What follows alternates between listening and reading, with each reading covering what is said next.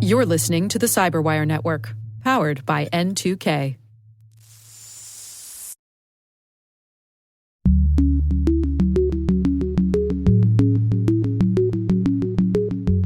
As we know, in order to transfer data from the EU to a country outside the EU, you have to be able to comply with European data protection requirements to show that data is going to be protected at a level at least equivalent to those in Europe.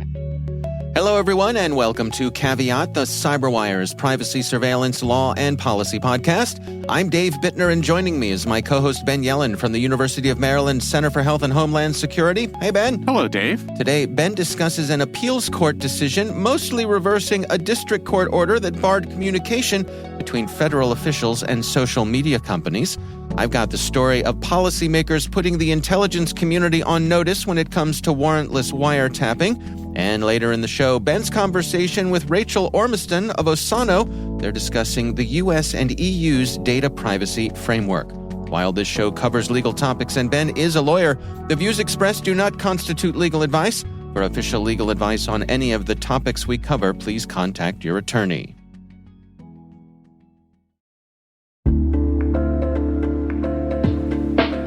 And now, a word from our sponsor, SpyCloud, the cybercrime analytics leader. SpyCloud disrupts cybercrime by telling you what criminals know about your business and your customers, so you can take action to prevent ransomware, session hijacking, account takeover, and online fraud. SpyCloud constantly recaptures and analyzes new data from the criminal underground, including credentials, session cookies, and PII siphoned from malware-infected devices. With knowledge of the specific exposed data criminals have in hand from InfoStealer malware on managed and unmanaged devices, security teams can respond with a more efficient and effective process called post-infection remediation that fits seamlessly into existing incident response frameworks. Get SpyCloud's post-infection remediation guide outlining the 7 steps for preventing a malware infection from becoming a full-blown ransomware incident. Visit spycloud.com/cyberwire. That's spycloud.com/cyberwire. And we thank SpyCloud for sponsoring our show.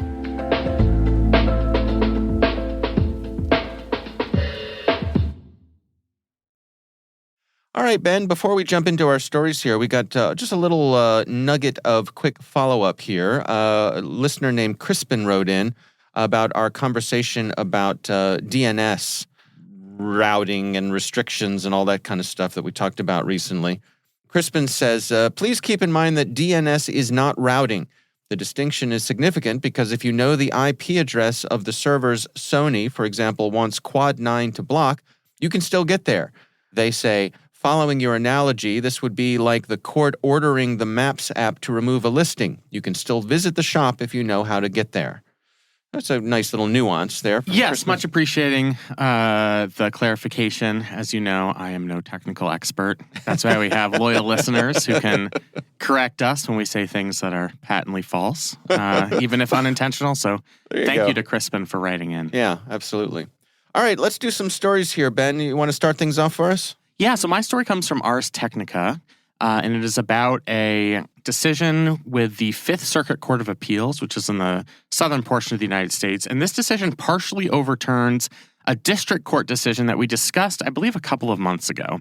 So in that district court decision, a judge held that the United States unduly coerced many social media companies, including X, Meta, etc., into taking down content. And they barred communications between a whole bunch of federal agencies and these companies. So it was a very, very broad ruling that basically said, for the purpose of the First Amendment, the government was involved here by threatening or coercing these companies to take down content. That was an inhibition on the free speech of the people who were challenging this activity, and that included a couple of U.S. states plus various doctors, individuals who had their content taken down, mostly through kind of the era of COVID-19 misinformation, where people were posting false information on COVID vaccines, et cetera. So the Fifth Circuit Court of Appeals, very conservative circuit, as we've talked about, It was a panel of 3 very conservative judges, one appointed by President Trump, 2 appointed by President George H.W. Bush. So we're really going back in time here. And they mostly reversed the holding of the district court, saying that it was too broad. You can't have this blanket ban on all different types of communications between whether it's NIH or the CDC or members of the Biden administration itself, the Biden White House. You can't fully restrict their communications with these social media companies. That would be unduly restrictive of their First Amendment rights. So the way that the district court decision was written, it could bar something like the Surgeon General asking X, formerly known as Twitter, to put something on advertisements that advocate for cigarette smoking. It would prevent the Surgeon General from communicating to Twitter that content should be either taken down or revised to reflect the Surgeon General's warning about the dangers of cigarette smoke. So it was just too overbroad. Barring all communications, basically. You can't even talk to each other. Yeah, I mean, it was basically a full-on gag order. Right. And what the circuit court here is saying is you can't have a blanket full-on gag order when most of the activity that's being discussed here is fully legal. There is no coercion in the vast majority of these conversations. Mostly it's just normal communication between government entities and these social media companies. It's a healthy back and forth. They're communicating about policy. There's nothing coercive about that content. However, the Fifth Circuit did uphold one prohibition that was part of the district court opinion, and that was a provision that barred federal officials from, quote, threatening, pressuring, or coercing social media companies in any manner to remove, delete, suppress, or reduce posted content of postings containing protected free speech. So to put that legalese in something a little bit more understandable, any type of contact between any of the agencies mentioned here and the social media companies that this court would consider coercion, where there isn't a meaningful choice on the part of the social media companies, they have to take down the content because they're facing some type of threat, that is still illegal under this circuit court opinion. So the circuit court is acknowledging, they are agreeing with the district court judge that says that agencies of the United States government made explicit and implicit threats against these companies, and that was an inhibition on the First Amendment rights of people who produce content on these sites. So it is a narrower opinion that only applies to these types of coercive conversations. I still have a problem with it, and you might have guessed that. If you look at some of the factual allegations that are contained in both this district court case and the circuit court case, I have a hard time seeing these as explicit or implicit threats. More, it's kind of federal officials browbeating these companies and trying to guilt trip them into taking down content by saying things like, this is extremely unhealthy, this is having a measurable impact on vaccine uptake. They're expressing concern about how certain false content is being promoted. You have President Biden himself saying that the actions of these social media companies might be responsible for various deaths as a result of the content being posted here. All of that might be mean and might hurt the feelings of these social media companies, but it falls short of coercion. And it doesn't seem to me like these are the types of explicit threats. Now, there might have been implicit threats. To me, the factual record doesn't contain enough evidence of these implicit threats. It would have to be something like, if you don't take down this particular post, then we will take some type of punitive action. There's very little that a presidential administration can do in that respect. We're going to audit your taxes. Right. There's the auditing your taxes. There's the, we're going to remove your Section 230 protection. They can't do that unilaterally. That would require the cooperation of Congress.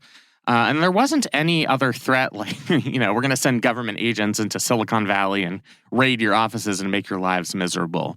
That wasn't, to me, expressed or implied in any of the material that went to the case here.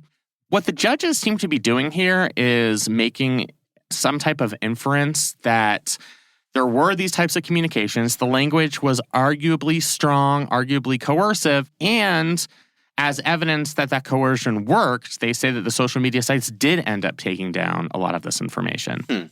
And there's some truth to that. I mean, if you think that social media sites have been a little too trigger happy on taking down content, you can certainly see why this is dangerous, that there's a relationship here between government agencies and the companies. It's unfair to users of a particular ideology or people who are expressing unpopular viewpoints. I think that's fine, but to me, for it to be a First Amendment violation, there has to be some type of government action. Again, Twitter or X or whomever can ban whatever tweets they want. They're a private company. Right. The First Amendment only applies when there's some type of government action. The court here is arguing that that action is coercion, and I'm just not seeing it. I'm not seeing the express coercion in the facts of this case. Now, to be fair here, and as you kind of allude to, this is highly political, right? It's extremely political. Yeah. So there's a political undertone here. There have been arguments on behalf of political conservatives in this country that their viewpoints are being suppressed. One of the reasons that Elon Musk purchased the artist previously known as Twitter was because he thought that they were taking down content that was unfriendly to conservatives, including things like information on vaccination, other types of COVID-19 things, masks, etc. And this isn't just a Twitter X problem. I think it's very applicable to the other social media sites as well. And this has become central to a Republican argument that they're facing not just a hostile mainstream press, but a big tech oligarchy that's stopping them from posting their preferred content. Now, the irony of that is now they, through Elon Musk, control one of the big social media companies, the one that really drives news cycles.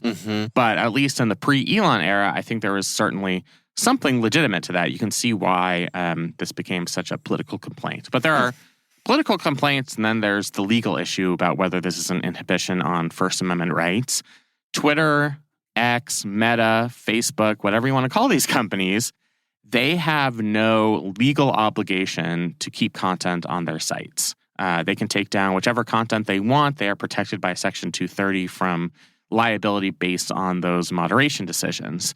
The First Amendment comes into play if the government gets involved. And for that to be the case, you'd really have to have proof of government doing more than saying, well, how about we review your Section 230 protection? That is sort of an implicit threat, but their ability to follow through on that threat, plus the question about whether it was actually a quid pro quo, is it take down this content or we are going to review your Section 230 liability?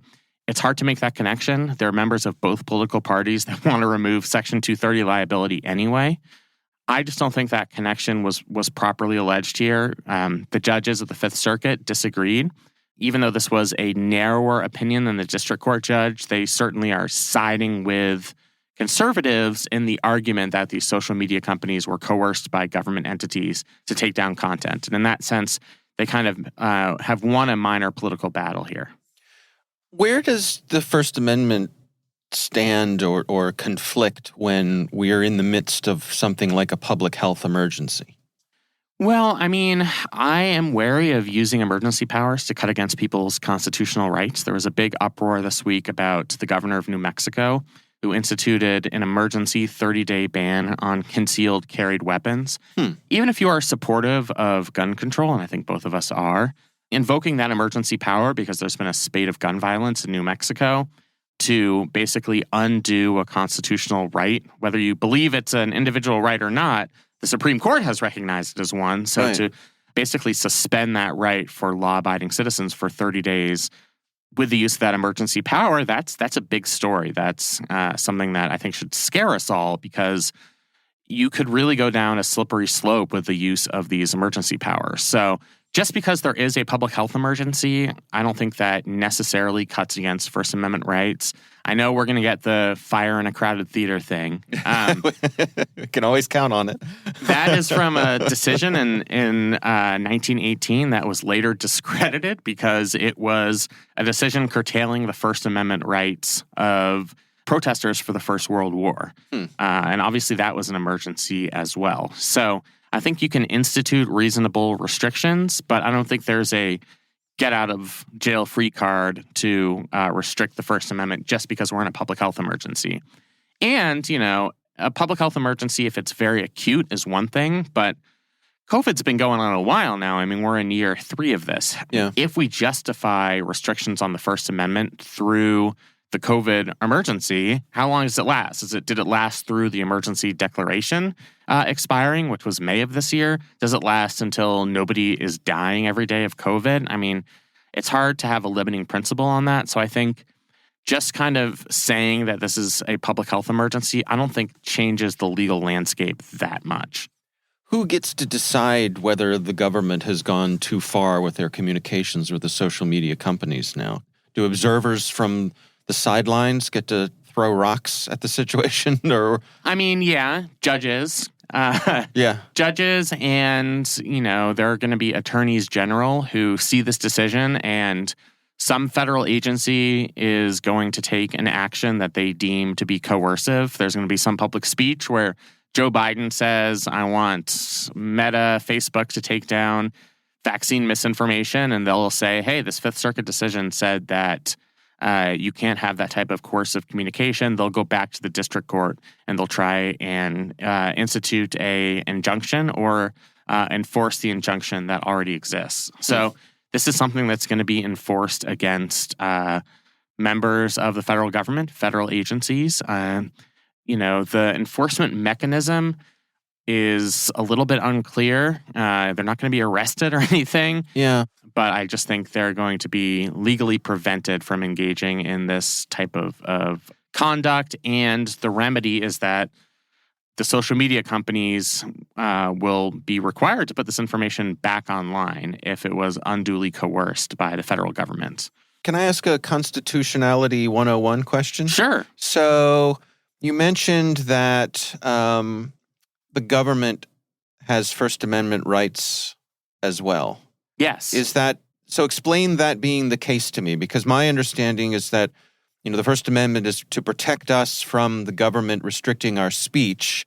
How does the First Amendment outline the government's right to free speech? I mean, it's not always cut and dry, but generally, Congress shall make no law abridging the freedom of speech. That is a right that applies to the people. Members of the federal government are people, as hard as it might be to believe.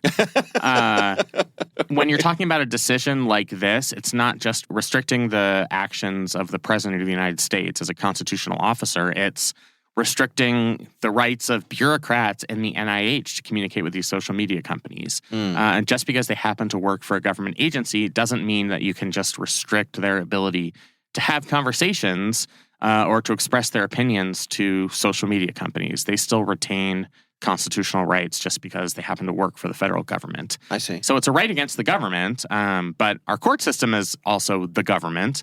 And if the court system were to restrict free speech rights on behalf of government employees, that's still an inhibition on the First Amendment, for sure. Okay.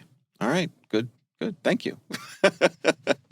All right. Well, we will have a link to that story in the show notes. My story this week comes from Wired. This is an article written by Del Cameron.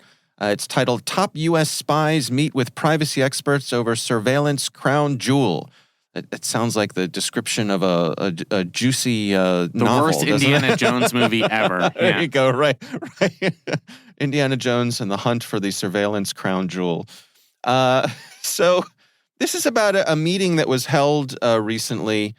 It was held at a place called the Liberty Crossing Intelligence Campus, which I have to say, again, sounds like something... The irony is rich. Yeah, the irony is rich. Just sounds like I mean, you can't... Couldn't script that any better. No, you wouldn't believe. If I put that in my novel or my movie, people wouldn't believe it. But there it is. And it's actually not that far from here. It's down in Northern Virginia.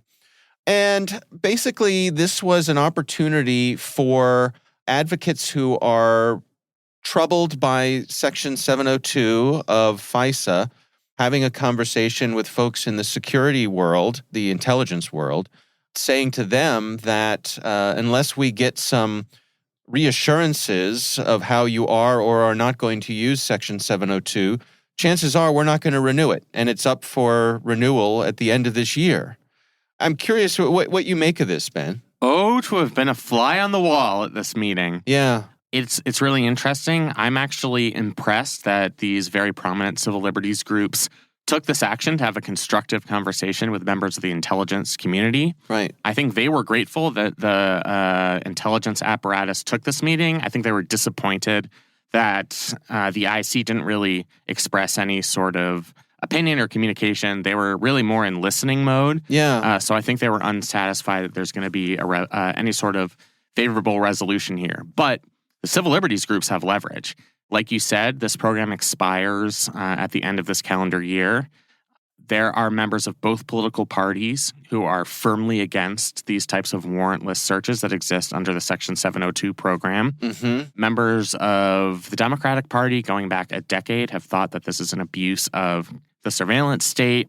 It allows for backdoor searches, so-called incidental searches. Certainly in the last 5 years, there's been a lot of Republican skepticism about FISA overreach, spying on political opponents, etc. So there is just a lot of inherent skepticism in Congress. If I were prognosticating, I don't think you can get what the Biden administration is asking for, which is a clean extension of Section 702. What does that mean? A clean extension would mean an extension for up to 5 years with no policy changes to the program. Oh. That's what the Biden administration is requesting. I understand why they're requesting it. The Trump administration requested something similar. There's a reason they call this the crown jewel of our surveillance apparatus. It is a post-9/11 tool that we have. So it's still used to fight terrorism, but it's no longer used exclusively to fight terrorism. It's used to address cyber threats, narcotics. It's something that our intelligence agencies really value in terms of getting key intelligence information to protect the American people from a whole lot of different threats. Yeah. So you can understand why there's this urge to get it reauthorized, but I just don't think it's going to happen without significant reforms. The big reform that civil liberties groups have been pushing for would be to require warrants for any search of Section 702 data in the Section 702 database. Right now, warrants are only required under a very limited number of circumstances. And if you happen to be communicating with an overseas target of surveillance under Section 702, your communications will be collected incidentally. They'll go into a database, which is searchable, and you could be arrested and prosecuted based on that warrantless search. So I'm glad the conversation's taking place. I think it's going to be a very contentious fight in both houses of Congress. I'm actually teaching a course on this at the law school where I teach, and we're doing a simulation on the United States Senate reauthorizing Section 702. Ah, interesting. So all of my students get to propose amendments, and we'll see where they land. Okay. So maybe I'll have a better hint for you once I see how this works among smart law students. Yeah, I'm curious to see what kinds of things they come up with. You know, I was thinking through this, and one of the lines of reasoning that I had was, you know, the FBI did just fine with law enforcement before 9/11, before they had... Did they, though? Well, I'm getting there. Okay. That's where I'm going. All right. But things are different. In that, so much of what we do is online now. So much of the communications happens electronically. To what degree does that change the equation of the FBI's needs for collecting information? I mean, I think the needs are very acute. We saw in the 9/11 Commission report that there wasn't proper communication between our intelligence community and law enforcement. Mm-hmm. A lot of information got lost in that shuffle, and that was, according to the Commission, one of the reasons for our intelligence failures prior to 9/11. Yeah. The impetus for Section 702 is the fact that most of these big tech companies are headquartered in the United States. They're U.S. companies. So if you have terrorists communicating over these networks, we should leverage the fact that we have access to these companies. They're in our country. We don't have to do anything extraterritorial to get information from them. We just send them a subpoena saying, hey, I need records from this selector, this email address, this Skype account, or whatever. And so I think it made sense, certainly in the mid-2000s, to leverage that advantage that we have access to these U.S. companies to get the type of information we need to go after terrorists. But we have this backdoor problem. It ends up capturing a lot of conversations incidentally of U.S. persons. And we've had all of these compliance failures. I mean, like every year we see a new redacted FISA court decision saying, here are the 30 things that went wrong with Section 702 collection. And by the way, we're also going to reauthorize it for one more year. Yeah. So, yeah, I mean, it's such a conundrum because it's an effective counterintelligence tool. This would be so easy if, like the Call Detail Records program, which was also something revealed by Edward Snowden, this was utterly useless in the 21st century. It's not useless. It's a very effective tool. That's why the debate here is so contentious. It's nice to see representatives of each side of this debate sitting together across the table. Even if it's not the most productive discussion, at least there's kind of a line of communication that I think is worthwhile. Another thing struck me here in this sort of strange bedfellows thing where you have both Republicans and Democrats who all have an issue with Section 702. They sure do. But what struck me about it was that old joke about it goes something like the problem with Republicans is they see everything in black and white. The problem with Democrats is they see everything in shades of gray. Right? Yeah. Right? Very well put, yeah. Yeah. And this strikes me as being almost an illustration of that, where the problem that the Democrats have with this is sort of more diffuse and, just a general policy issue, where the problem the Republicans have is you came after a Trump campaign aide. Right? It's very specific. Right. Now, to be fair, there are Republicans who pre-Trump had very skeptical views of FISA surveillance, have been fighting against this stuff for years. I mean, Rand Paul would scream at you if you told him that this is just about you protecting Trump, because he's been going after Section 702 for the last 10, 15 years. Same with Senator Mike Lee of Utah. Okay. There are some Republican senators who had no problem with FISA until it was used to surveil one of the campaign aides of former President Trump. Right. There are Democrats like Senator Ron Wyden, who we mentioned frequently on this show, who have made it a cause of their career to cut against this type of over-encompassing surveillance. And then there are members like Chuck Schumer who kind of are fine with it.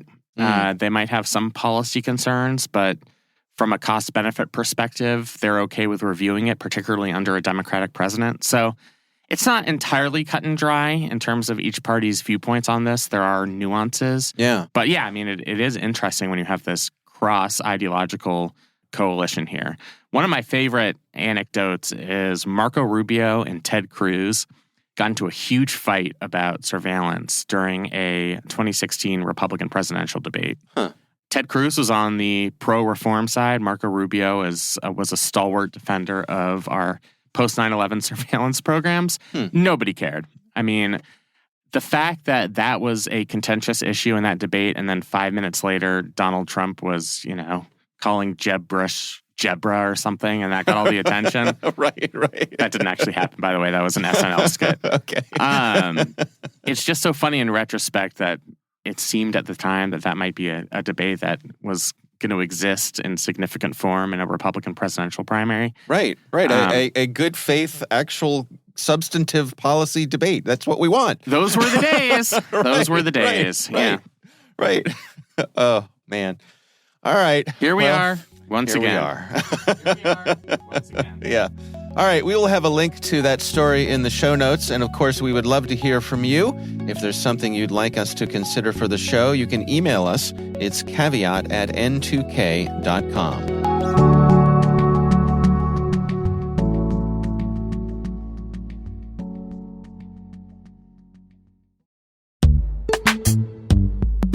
This episode is brought to you by Palo Alto Networks, the leader in cybersecurity.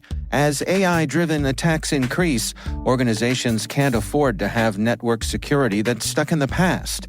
Discover how Palo Alto Networks can help you predict what's coming and proactively secure against it with a zero-trust, AI-powered network security platform built to secure whatever, whenever, wherever. To learn more, visit paloaltonetworks.com/network security platform.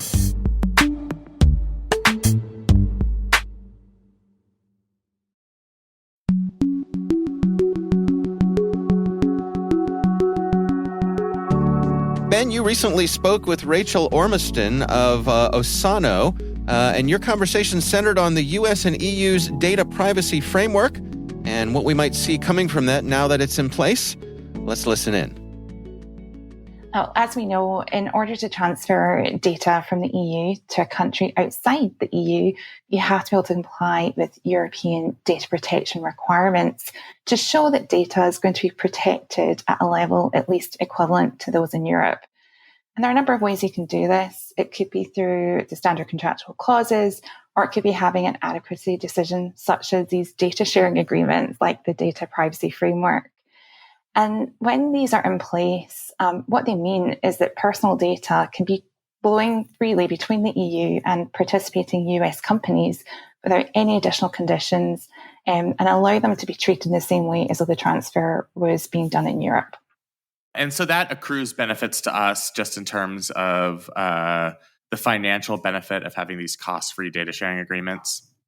Yeah, absolutely. I think one of the things I saw in the executive order from President Biden was he was saying that there had been, I think it was $7.1 billion had been, they were trying to be protected by making sure there was this free flow of data between the EU and the US.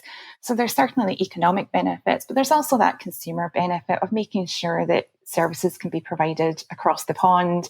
It must be frustrating if you're in the EU and you can't get the same service as those in the US. So certainly making sure that the services can be provided without disruption.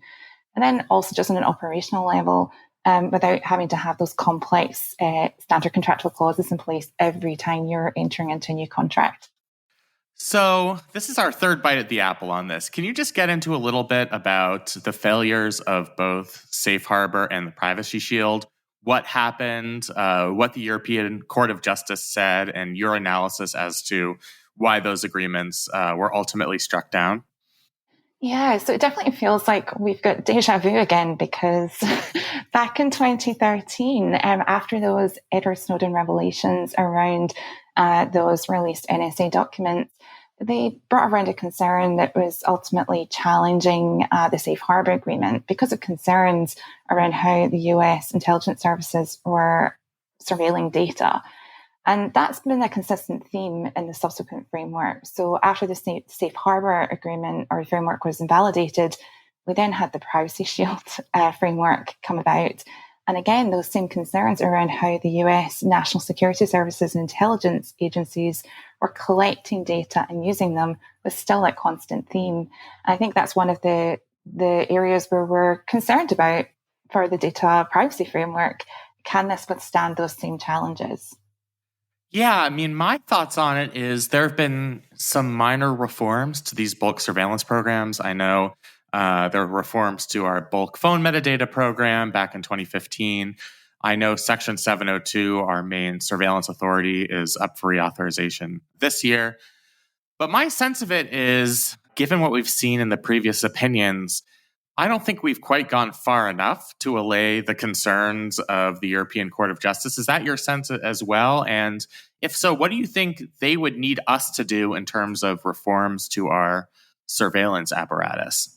Yeah, I think there's definitely been significant progress because there has been that detail for additional particularity, making sure that there is that necessity and proportionality that was really lacking in the previous frameworks.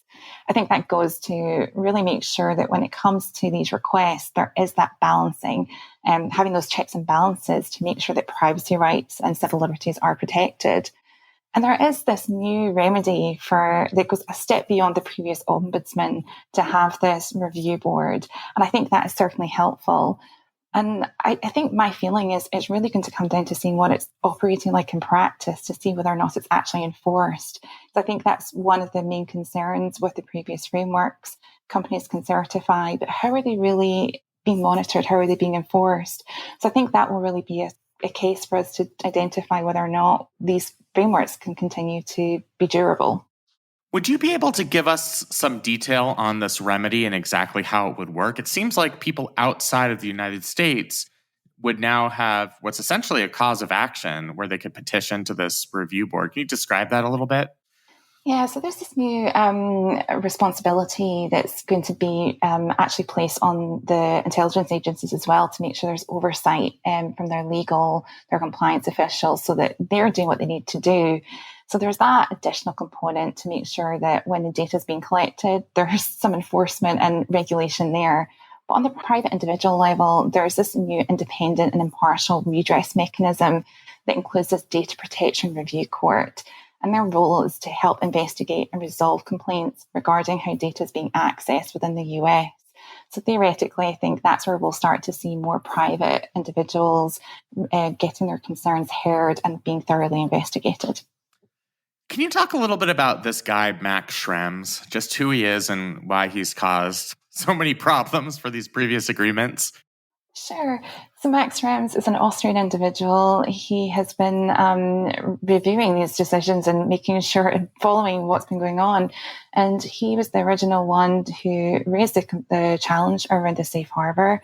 He then followed up with the privacy shield invalidation. And we've also heard that his group, NOYB, are planning on challenging this new data privacy framework as well. He's a privacy advocate who's certainly wanting to make sure that the rights of Europeans is protected when that data is being accessed in the US. And do you think that the way that this process is going to work is that Max Schrems himself is going to try and challenge some provision in front of that new independent review board, and then if he doesn't get an answer that he's satisfied with, we're going to get Schrems 3 as a new case?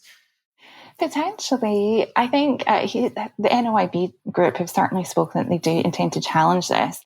And I think, there's certainly a lot to be said about having these challenges to make sure we do have these enforcement mechanisms working. I think the European Commission has also said that they're confident in this new framework and that they can defend it. So it will be interesting to see whether or not that is the path he goes down. I think certainly as a privacy advocate and as a consumer advocate, that would be one path he could take that could certainly highlight any concerns that we should be thinking of. So if you were a U.S. policymaker, either within the administration or in Congress, what steps would you take to ensure the future and sanctity of this new agreement? Like, what would you recommend in terms of legislation that needs to be passed or policies that need to be put in place to make sure that this lasts longer than the previous two agreements? Sure. I think for me, I think just thinking about the fact that, in Europe, there is that comprehensive privacy law that's in place. In the US, although there are these US state level protections, we still don't have a federal regulation that can really help govern the United States as a whole. I think that's potentially one weakness in the framework, where we're still trying to think about what does that mean if you're in California versus another state that still doesn't have that regulation yet. So I think that'd be one way where I would see that federal privacy law really being effective to help make sure that there are these equal protections on both sides of the pond. So I hope that that definitely helps to propel some of those discussions around getting that federal regulation in place.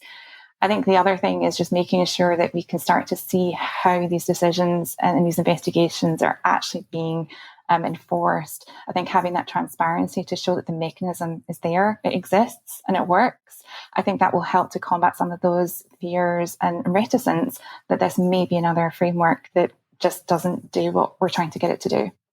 And then we'd have to move on to framework number 4 and 5 and 6 and so on. Exactly. We'd all get very tired of this whole process. It does feel like deja vu.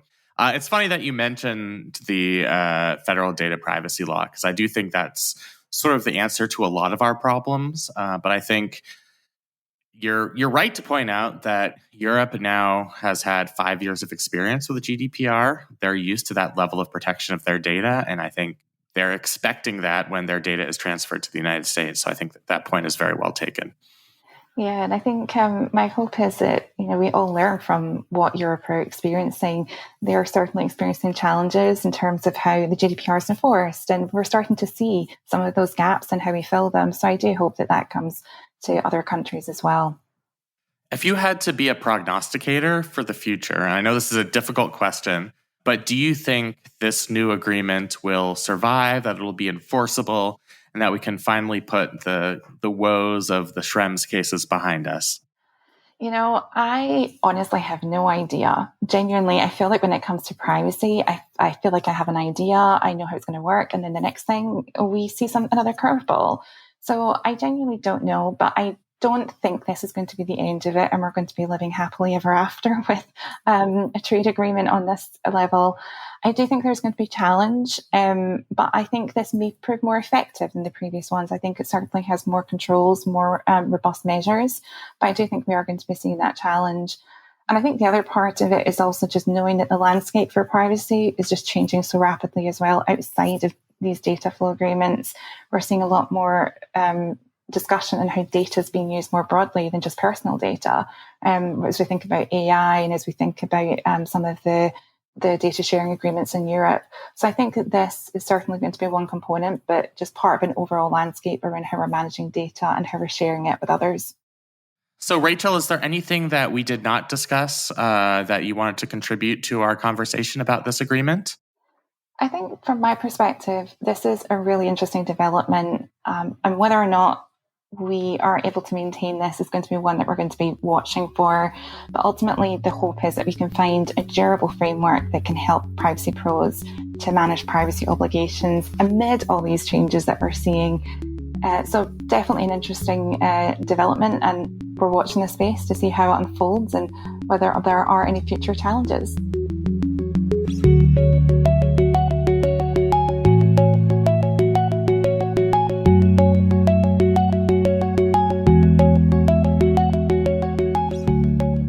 Interesting conversation, Ben. Where do you suppose we're going to go from here? I mean, I'm ready for Schrems 3. Okay. It's coming. I mean, I think we have to see what she talked about, which is this accountability mechanism where European citizens can challenge our surveillance practices in front of this new governing body. That's promising. Mm-hmm. But if they don't like the results, we're going to see a third case that might throw out this data privacy agreement for the third time. So, again, I'm not a gambling man, but if I were, I do think we're going to see this back in front of the European Court of Justice. I do. Yeah. It's interesting to me how it just seems as though the EU is taking the lead with all of this stuff. And I know there's sort of a cultural difference between how many nations in the EU view privacy versus our view here in the US. But it's interesting to me the intertwining of the two, how this is kind of a borderless thing. You know, right. we can't, that for that information to flow, we have to find some sort of happy medium here.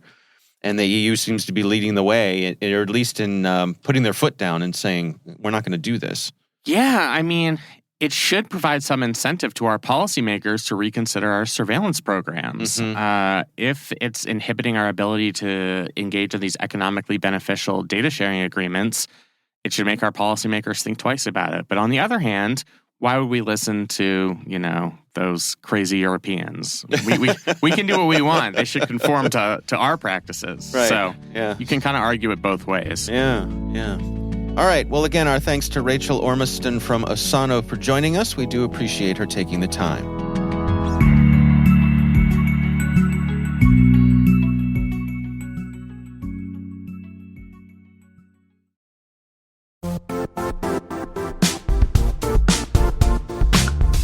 Now, a word from our sponsor, the Johns Hopkins University Information Security Institute, currently seeking qualified applicants for its innovative Master of Science in Security Informatics degree program.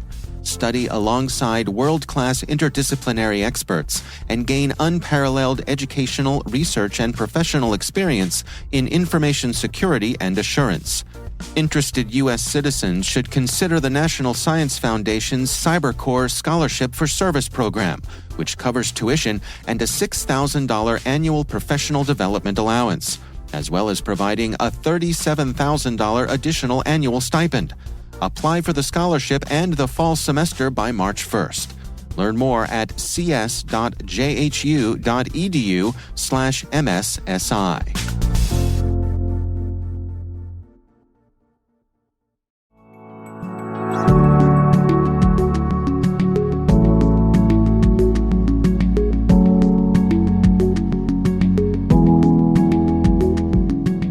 That is our show. We want to thank all of you for listening. A reminder that N2K Strategic Workforce Intelligence optimizes the value of your biggest investment, your people. We make you smarter about your team while making your team smarter. Learn more at n2k.com. Our senior producer is Jennifer Iben. This show is edited by Trey Hester. Our executive editor is Peter Kilpie. I'm Dave Bittner. And I'm Ben Yellen. Thanks for listening.